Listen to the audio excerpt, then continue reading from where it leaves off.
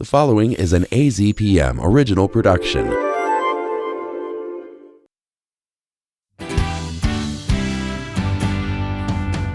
Welcome to The Buzz. I'm Christopher Conover. This week, bringing civility back to politics. The 2024 election is days away, and for many, it can't come soon enough.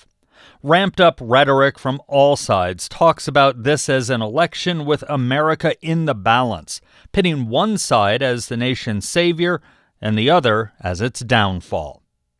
Candidates throw around terms like fascist, socialist, enemy, others, and some of which we can't say here without risking a fine by the FCC. So what effect is this intense rhetoric having on voters? AZPM hosted an event Tuesday evening aimed at educating people about the election system. We asked AZPM's Tony Paniagua to see how people feel about our country's current political divisions. Gene Orth says he's been voting since the 1970s and has never seen anything like this year. I've never experienced anything to this degree of animosity and anxiety and hatred towards those who have a different bent than you. I'm nervous as hell. I've never been so anxious about an election in my life, and I feel I'm on the verge of losing what's left of what I've considered American democracy and the things that have made our country great. Norma Comer says it's about candidates not being held accountable when they say inflammatory remarks. And then to turn around and say, no, I never said that, when it's on tape. I've seen it, But I don't like the tit for tat either. I wish people could rise above it, because it doesn't help. It just fuels the fire. A voter who only gave us his first name, Josh, says the state of discourse and civility has unfortunately declined. I think the last normal election we had was the one between Mitt Romney and Barack Obama, where policy discussions were still the main focal point instead of the focus on personalities that seems to be the state of politics today. So I hope that this can be reversed. So how do we restore civility as many people want? We decided to ask that question of two political figures, one from each side of the aisle. Barrett Marson is a Republican political strategist and CEO of Marson Media. We started our conversation about a recent appearance he made on Phoenix NPR station KJZZ, where he brought up the topic of civility in politics. I was just talking to my wife about this, actually. I have never seen a time in American politics where, someone could be wearing the red MAGA hat and you just think of that person as, oh, that guy's an idiot, right? And I think they feel the same way about someone who supports Kamala Harris. We are so polarized, and each side raises the temperature, whether it's Democrats calling Trump fascist or, akin to Hitler. His Madison Square Garden event last week was reminiscent of the Nazi event at the old Madison Square Garden, or, whether it's Trump and his acolytes, talking about Harris as a communist, socialist, those type of words. And, they're a danger to America. The left is a danger to America. So each side really does ratchet up the political temperature and creates an atmosphere for violence. And I've not seen this in other polarized times. I mean, obviously during the Bill Clinton years, Republicans seethed at Bill and Hillary Clinton, but there was never that inkling of violence in their rhetoric. And now we've just embraced that we can call each other fascists and socialists and inflame people. And we see the consequences of that in Butler, Pennsylvania, or Tempe, Arizona, where people on both sides are taking shots at both candidates or their offices. And at some point, this We have to come together as a country and be able to disagree without breaking out the guns. So you're a strategist now. You worked in communications in the Republican controlled legislature. Have you seen, from the inside on the Republican side, have you seen a slow change or was this a sudden change? And as you said, both sides are hurling their fair share of really, really nasty rhetoric. Yeah. It obviously is a change that has come along since 2016. I hate to blame one person, but the rhetoric changed significantly post 2016. And there was talk of enemies of America within America, just sometimes normal citizens who voice their displeasure with the leadership, which is something that we are allowed to do. But now we are seeing violent talk coming from, frankly, both sides. Right. I mean, when the whole incident in Pennsylvania with Trump being shot at, I heard people on the Democratic side say the only problem was the shooter missed. Yes, and absolutely. That's a very different change. That is. I mean, you saw a lot of that, quite frankly, that if only he was a better shot. And that is, I haven't voted for Donald Trump, but I certainly don't wish to see him assassinated. I think that would be a horrendous thing for the country. So you were a reporter down here at the Star in Tucson and the East Valley Tribune. Do you think the way the news industry has changed is helping push this, again, rhetoric and anger on both sides? Yeah, look, no offense to your industry and my former profession. The media likes to cover these, bombastic statements. There's not a lot of media coverage of long-winded policy statements. And so I hate to blame the media, but the media helps spread the message because it knows people will watch those incendiary comments. And that's a problem. I thought the vice presidential debate was pretty chock full of policy discussion, much more than, say, the presidential debate. Maybe because it was the vice presidential debate. But a day later, all we were talking about was, it was, Midwest nice. And then they moved on, right? But that was a very policy-centric debate that no one really wanted to hear. They wanted to hear, Trump called Harris this and Harris called Trump that. Or the media highlights that more. Take a look at the Madison Square Garden event. Quite frankly, I have not seen very many clips of what Donald Trump said. But boy, you see a lot of clips of this totally unheard of comedian talking about Puerto Rico and it being an island of garbage. So, now all we're hearing about is whether Joe Biden called Republicans who back Trump garbage, or there's one comedian garbage, which totally overshadows Harris's speech from the Ellipse last night. So the media likes to highlight these statements. And I'm not saying it's not news, but it does indeed go overboard. You and I have talked about all kinds of things for, oh my gosh, a whole lot of years. We won't give a number because that might out both of us age-wise. But how do we fix this? Barrett is king for a day, at least. If only. How do we fix all this hyperpartisanship? Or is it just too late? Has that bird flown the coop? Well, I don't know if it's flown the coop, but it takes a willingness from parties on both sides to self-police, to start talking to the American people as if we're adults and as if we can understand some policy issues and talk about the differences between us without making the other person a bad guy. Politicians have made it, and the media has amplified. If you and I have a disagreement on politics, one of us hates America. That just isn't the case. We have passionate disagreements. We sometimes protest in the streets over policies, and that does not make those Americans hate this country or show that the other side not in the streets, not demanding change, hate this country. We should be able to acknowledge we all love this country. We just see it in a different way and be able to talk about those differences. Unfortunately, right now we can't, and I'm not sure, win or lose, at some point Donald Trump will go away, either in 1 week or 4 years, because Donald Trump is a singular figure and nobody can replicate.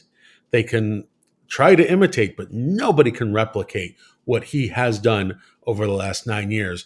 And so I wonder if some of that rhetoric disappears whenever eventually he disappears.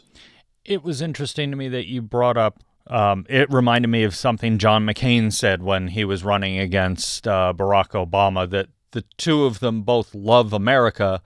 They just had different ways of approaching, how to solve the country's problems. Early on, when Harris got into the race, there was a narrative running through parts of the Democratic Party that they were trying to take the American flag back. The Democrats were, because it had become a symbol of the right, but not of the country. I think a lot of times you see someone foisting the American flag on their car, and you immediately just equate that with a Trump supporter. And I would say the vast majority of people who support Kamala Harris also love this country, and they just also believe that America can be better. Whereas Trump people want to go back to some unspecified time in American history when it was great. I guess it's a little bit of perspective, but I would say that each side does indeed love America. It's just one wants to improve America and one wants to look back to some glory days. It believes that America is past. All right. Well, we are in the closing week of the voting portion of this election. Then we'll get to the lawsuit portion.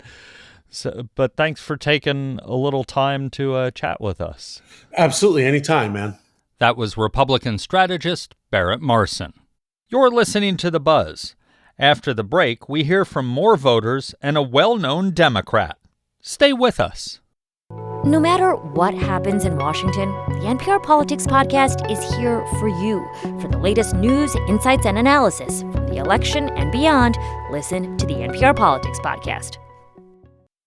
Welcome back to The Buzz. I'm Christopher Conover. We're looking at civility in politics and elections this week. We now head back to our Tuesday night event to hear from a few more voters.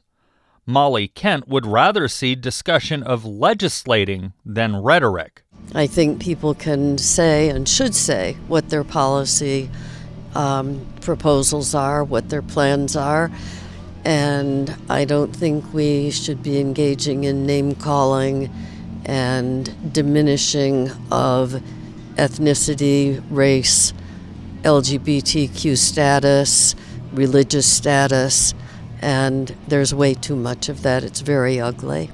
Vic Roish says he thinks the issue is a focus on symbolism and quick-fix solutions to complex problems. We need people who really think through the issues and act on them instead of just coming up with sound bites and symbolism.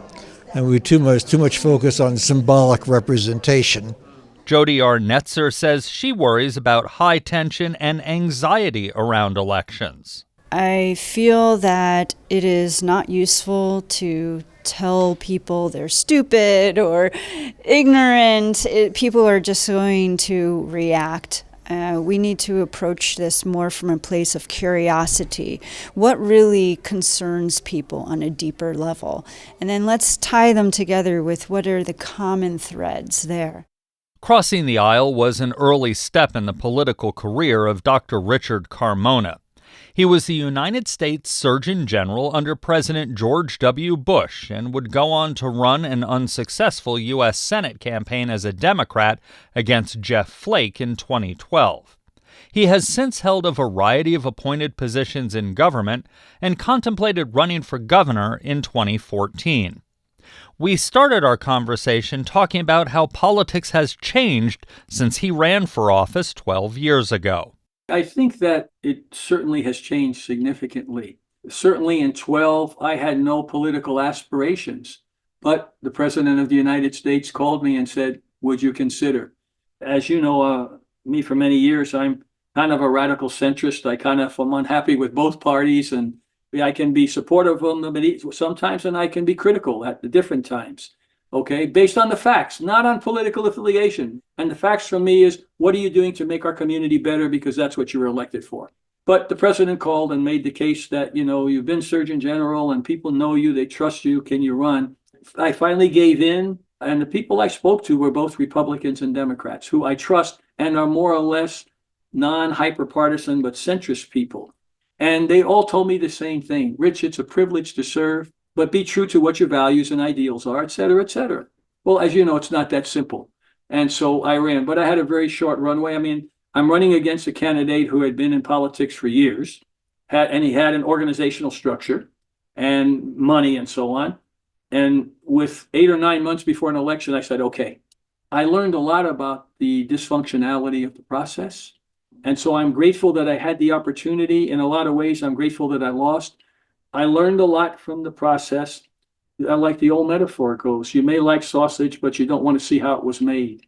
It was a very painful experience because, I'll give you an example, Chris, when I first was recruited, they said, there's a seat for Democrats that's open. I could have easily gone to been a Republican because to me, it's more about what are the issues, not which tribe you belong to. They filled my head with all these great things. Look, you've been a soldier, you're a combat veteran, you're Hispanic, you've been a police officer, you'll be the perfect candidate. We'd love your independence and everything. So I say yes, and then I have to go to Washington. I meet all the senatorial committees and everything, and they give me a book. And I said, "What's this?" They said, "Oh, it's the answer to your questions when they talk to you about things." I said, "Well, what do you mean?" He said, "Well, this is our party platform." I said, "But I thought I was being asked to serve for my independence." Yeah, but and then I find out it's the same on the other side of the aisle. It's about fitting into the tribe. These are the things that are important, and so where I got myself into trouble often was speaking truth to power. It's interesting when you talk about that run, you're talking about internal tribalism, but what you're not talking about is calling your opponent in that race, who became Senator Flake, eventually became Ambassador Flake. You're not talking about him. You're not calling him names. You're not calling the other party names. They weren't calling you names that I remember because I covered that race. What changed in such a short period of time? That was 2012. Yeah, the vitriol. Oh, well, basically, it became a very toxic environment. In fact, I knew Jeff Flake. I'd met him before. And we were very cordial to one another. It was very close. We didn't know until that night, that who was going to win. But I called him and I said, congratulations, and I said to him, if there's anything I can do to help you, let me know. Okay. It's the people's will. That's okay. There was never any harsh words. It was always talking about policy. It was always talking about what's important to you, what's important to him. I left better informed about how difficult, sometimes corrupt the process is, and how money becomes a surrogate for how successful you are in any party. And to me, that's not the way democracy should be. In a perfect world, I would hope that there wouldn't be these fundraisers and with the funny money that comes in disguised like my first day, I remember, and I'm not going to use the senator's name, but he was in charge of the new Senate candidates. And he says, well, we're going to need you every day, 6 hours or more a day on the phone. And they called it dialing for dollars. We need a list of all of your friends and family. I said, oh, no, I'm not going to do that. They said, why? Well, no, these are people that will give money. I said, they'll give me money if I ask them for it, but I don't want their names out there. So that was the first barrier I hit. And then they wanted all my contacts and all my business contacts and all my academic contacts. I said, no, I don't. I'm very uncomfortable with that. They said, but you have to raise the money. If you don't raise the money, you're not going to be able to win. So these are bipartisan remarks. But I start thinking, I don't like this. And the senator sat down with me the first day in the senatorial conference room in near the Capitol, and he started making calls with me. And he looked at me and he said, isn't this great? I said, Senator, it sucks. To me, it's the antithesis of democracy. Yeah, he said, but Rich, to get your message out, these people give you money. We buy the time and you go tell your story. I'm saying, yeah, but should our democracy be predicated on dialing for dollars? To me, it just bothered me a great deal, and still to this day. So I did it, but I did it painfully. And then they have a script that when they give you a list of people to call, and they give you a script and say, here's the points you have to make. But all of them were about how bad the other guy was and how good I'm going to be. And on the other side, he's got his script and he's saying how bad I am and how good he's going to be. Okay. What's different today, Chris, is there was not misinformation or disinformation. It was mostly discourse about what I think was important to move forward and what they thought it was important to move forward. Today, misinformation, disinformation, an internet that's much more robust today, fake everything on the internet. So the public is being fueled with bad information. And I can't tell you how many times I've had people say, did you see what they said today about this candidate or that? I said, that's a lie. But they make it up. And of course, when you can manipulate images and manipulate voices, it looks real. And to the unsuspecting public, if you saw it or heard it on the internet, it must be okay. So as you mentioned, you were Surgeon General, but you were Surgeon General in the George W. Bush White House that you then ran as a Democrat for Senate. And you, in this interview, branded yourself as a radical centrist. Yes. Did you ever get the feeling back in the early 2000s when you were working in the White House and even in 12 when you were running for Senate that people were turning their back on you because of your party or who you were working for? Oh, he's crossed over. Oh, we don't want to talk to him anymore. That's funny, Chris. It's an interesting one because I remember when I became Surgeon General and the Democrats I know said, well, how could you work with those people? Because it was a Republican president. Yet the senator that chaired my nomination committee was Teddy Kennedy. And we became best friends. Okay. I worked with him all the time on health because he was probably the smartest guy in health in the Senate. Okay. You may disagree with him as far as policy, but he was somebody you have to talk to because he really understood the complexities of the federal government and health. Okay. But on the other hand, when I ran for the Senate because there was an open seat and the President of the United States asked me to consider running, and it's a Democratic seat, the R's then said, how could you do that? Because you're abandoning us. I said, no, I'm an American. It's a privilege to serve. I shouldn't be co-opted by either party and not free to express what I thought was the best path forward in the job I will have, whether it's a senator or Surgeon General, okay? Because I know good leaders welcome the difference of opinion. Good leaders crowdsource information. They ultimately have the authority to make the decision, but you don't want to hear it only from Republicans or Democrats. You want to hear it because you represent the totality of society. And so, and I would tell you, when I was Surgeon General, a lot of people I knew were mad at me. I know President Bush. I've worked with him personally. I said, he's a good man. You may disagree with some of his policies, but I've never seen him do anything or say anything that wasn't what he thought was in the best interest of America. Okay? Now, that's okay to disagree, but that's what democracy is about. But the fact of the matter is, you already started to see the tribalism that you're automatically assumed to be good or bad by the other party based on the tribe you're in. And yet I rejected that thesis, and many of the policies that I supported, the Democrats liked, and some of them the Republicans liked. But my job was to give the best information, and then I don't make the decision. The decision is made by those people that you gave the privilege to serve in an elected office. If the president called today and said, Richard Carmona, we want you to run for office. Or maybe a former student of yours comes and says, the president called today and they want me to run for office. With the climate we have now, would you do it, or would you advise somebody who came to seek your mentorship and advice on it? Would you advise somebody to get into the system with the world we're in now? Yes, Chris, I would say if given the opportunity, I would say yes. But armed now with more information, I would brief that student or use the information myself to understand the evolution that we've come from a better balanced democracy, even though with tensions back then, to one now that it is embarrassing. with the statements that are made by people that are in elected office, the positions they take. And it's like, where's the truth? Let's have a discussion. Let's air it out. Let's make the case before the public about what the issue is, why I believe this and why they believe that. And somewhere in the middle is probably where we need to be. And really, that's what the founding fathers saw. They didn't want a kingdom. They didn't want one person entrusted with all of the decision making. They wanted this to be a country by the people and for the people. And they recognized it would be painful. They recognized that there would be tough discourse.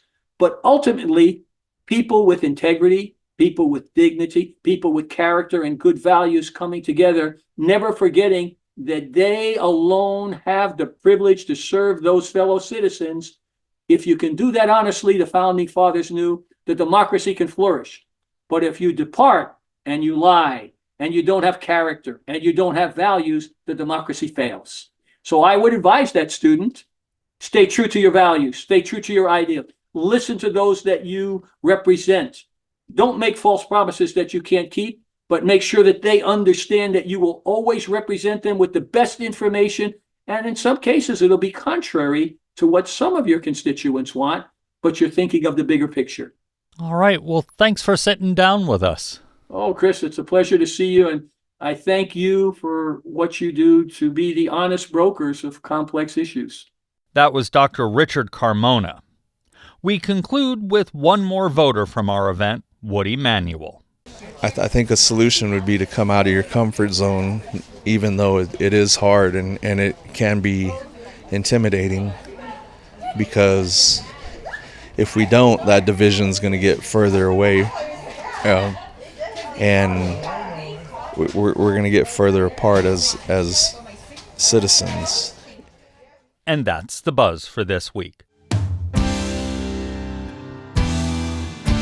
Join us next week as we look at early election results. You can find all our episodes online at azpm.org and subscribe to our show wherever you get your podcasts. Just search for The Buzz Arizona. We're also on the NPR app. Zach Ziegler is our producer with production help from Desiree Tucker. Our music is by Enter the Haggis. I'm Christopher Conover. Thanks for listening. AZPM's original productions are made possible in part by the Community Service Grant from the Corporation for Public Broadcasting and by donations from listeners like you. Learn more at support.azpm.org.